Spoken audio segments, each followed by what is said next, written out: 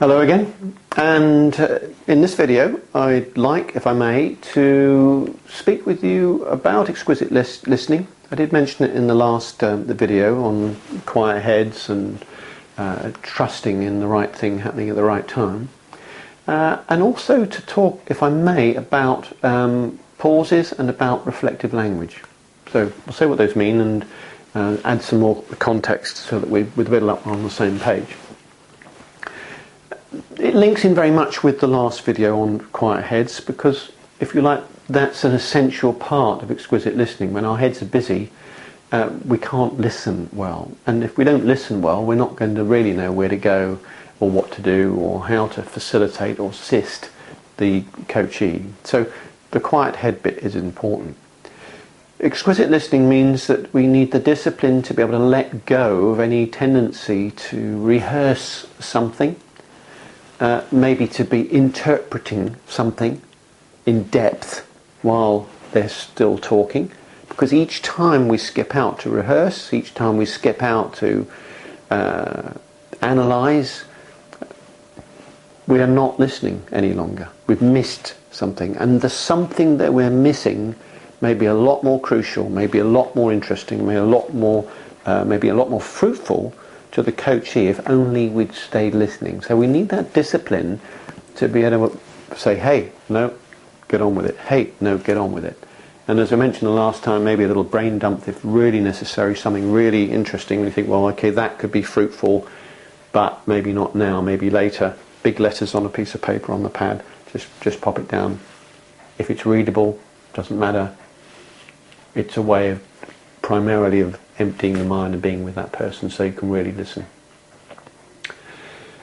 The other thing that's important with exquisite listening, and we see this particularly with novice coaches, is that sometimes what happens is the coach, again, sometimes with eagerness, sometimes with just a lack of grace, is the coach will start to talk at about the same moment that the voice of the coachee is just finishing.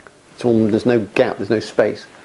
So one of the things that's quite useful to be practicing is to allow a pause.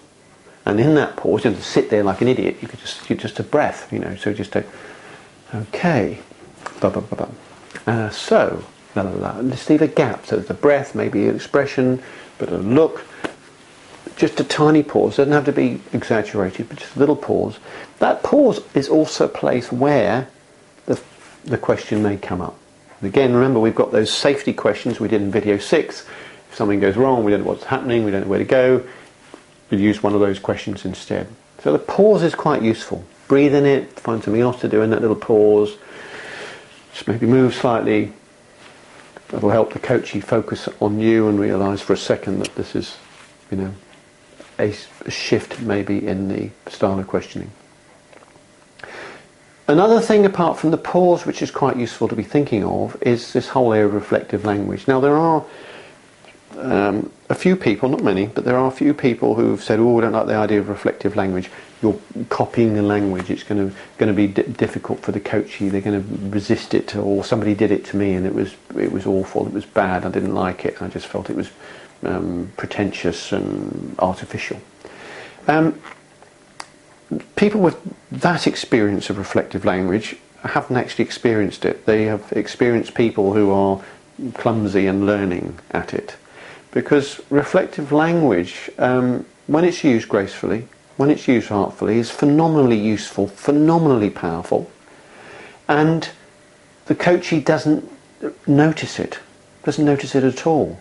Now, I can say that and know that because of all the evidence for, 30 or more masterclass videos that have been done around the world, analysing those videos, listening again to the audiences and participants in the audience and the coachees saying what they did and didn't notice, the questioning of the coachee.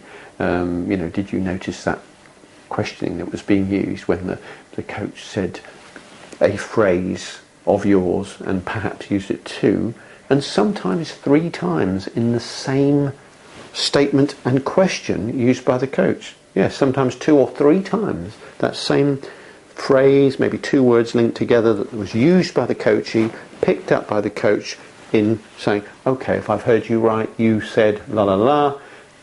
When you said la la la, what was that about? So you might use it 2 or 3 times in a sentence.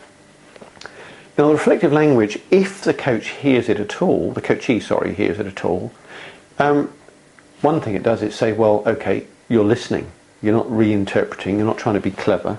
So at the basic level, even if you're not very artful and graceful with it, and the coachee hears it, it's going to be saying, well, you're listening. So that's going to help in terms of the quality of the relationship. But in fact, what happens with reflective language, you pick up a word or 2 words or 3 words, a whole phrase, and reflect it back. If that coachee has been stimulated by you into a state of learning and a state of focus and concentration in their heads, then the use of that phrase is invisible.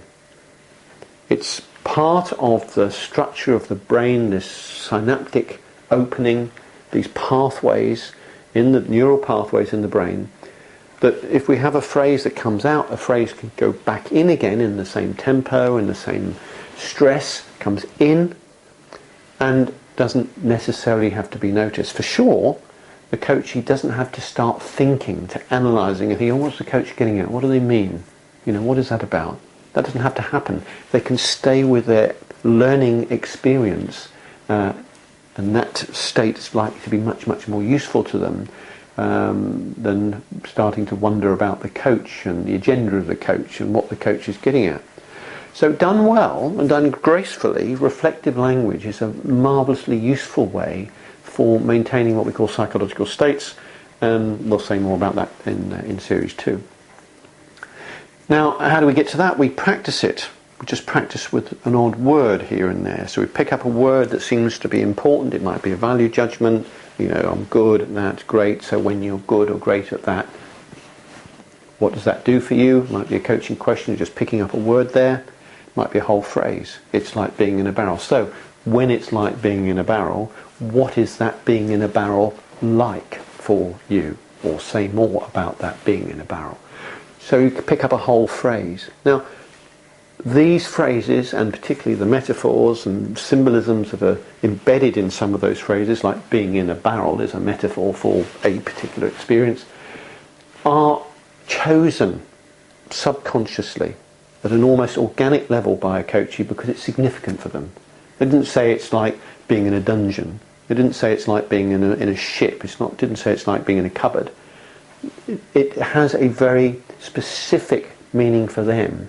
So in using those same words and phrases for them, it is assisting them to stay in that generative psychological learning state. And that's one great reason for practicing reflective language. You can practice that with your clients. Just start with the words if you are not expert at it now. And of course the other place is in coaching and being coached by others, observing with others, and just getting used to it in a learning setting for yourself. Highly useful, highly recommend it. Thank you for listening.